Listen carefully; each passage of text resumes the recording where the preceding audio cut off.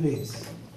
And Chicago is an important place, not only because Cubbies haven't won. No, I'm sorry. I shouldn't talk about it. And no, I shouldn't.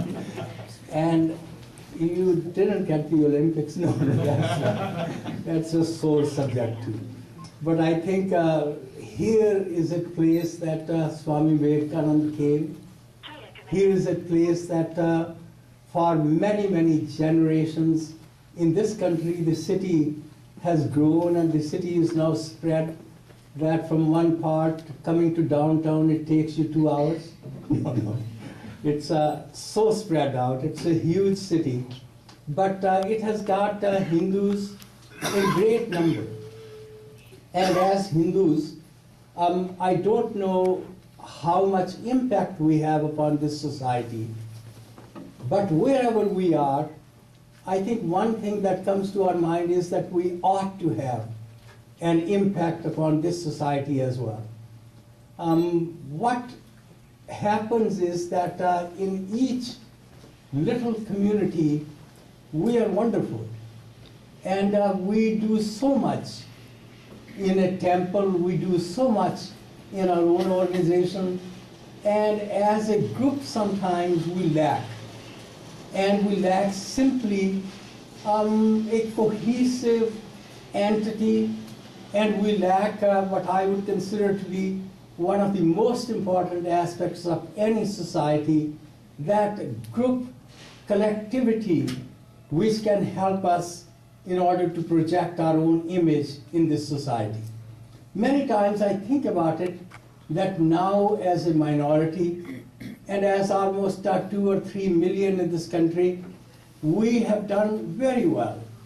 We have done very well in terms of our own economic conditions, in terms of prosperity for each individual. And the first generation that came here, obviously the thought was to improve our own economic conditions and to be able to be in this society.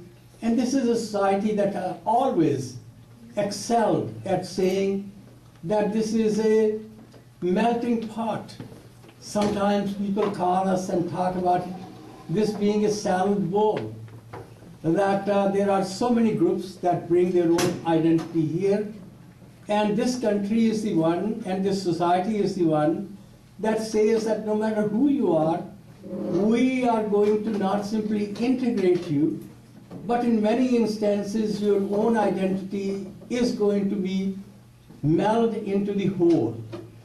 And there are some who would like to keep their identity intact. I know that in our own temple in Denver, people who come, they all the time say that we are here in order to see that what we had in terms of our own values. We came from India, and many people who have come from India, they feel that Hindu thought, Hindu values, they are in our genes. We don't need to do a whole lot. And as our kids grow up here, the thought simply is, how do they keep those Hindu values intact while they play an important part in the economic, in the social, in the political life of this country? And they ought to play an important part in the economic, social, cultural, political life of this country, because they are part of this country. And this is their country. And they have got to be not only simply loyal and faithful to this country, but they ought to play an important role in this country. That is why when we talk about seva, and young people all over the country want to do seva. In my own university, Hindu kids, they want to do seva. Today we've got Seva International, Vishwa Hindu Parishad does it, so many temples do it. I was just looking at the latest issue of Hinduism, and many of you probably have seen this issue, and it talks about Bhutanese Hindus who came here. And these are the people who had been kicked out of Bhutan, went to Nepal, discriminated against themselves because they were refugees, they were kicked out of Bhutan because they were Hindus. In Nepal, they did not have the opportunity to be able to successfully lead their lives, and they are in this country. And the question simply comes, who is going to take care of them? And all over the country, I was very, very impressed, and I have seen them in many different places, that Hindus have stepped up.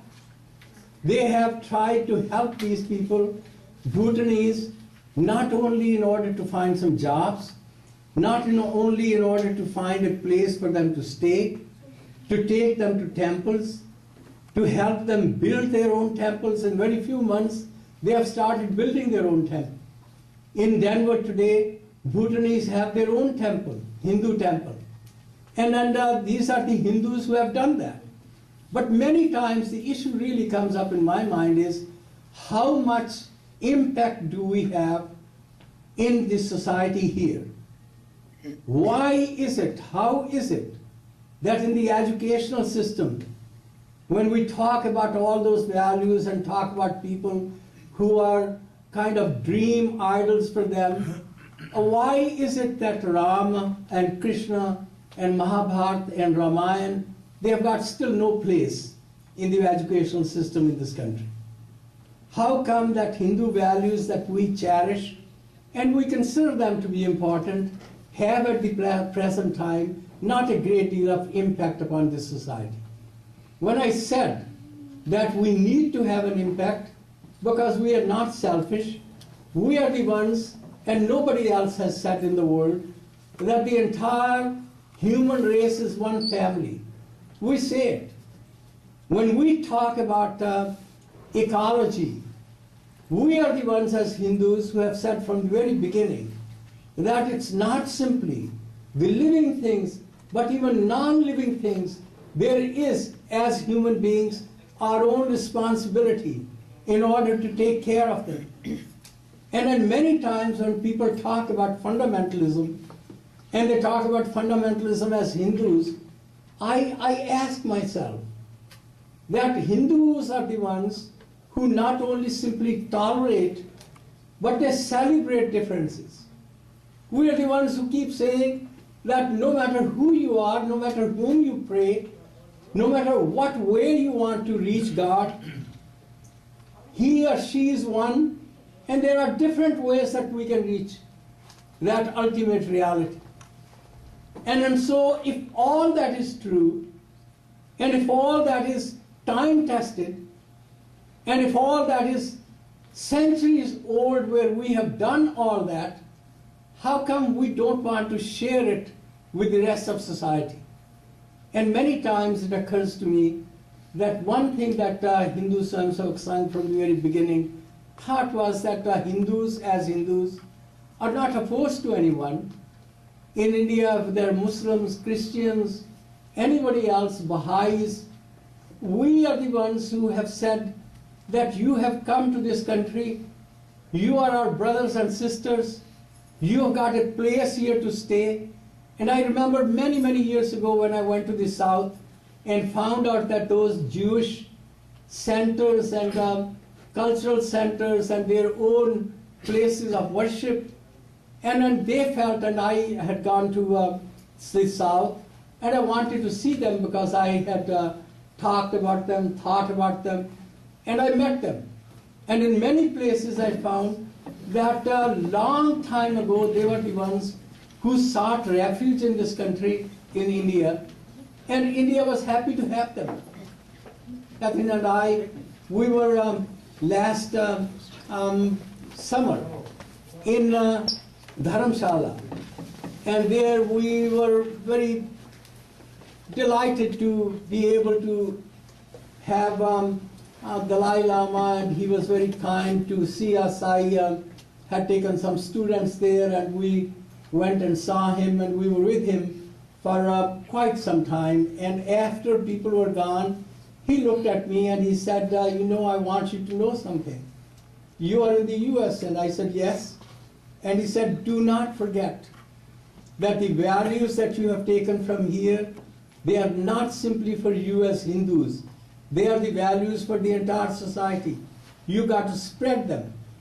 And then he told us, he said, you know, I feel, as when we're talking about Dalai Lama and talking about him, And he said, India is my guru.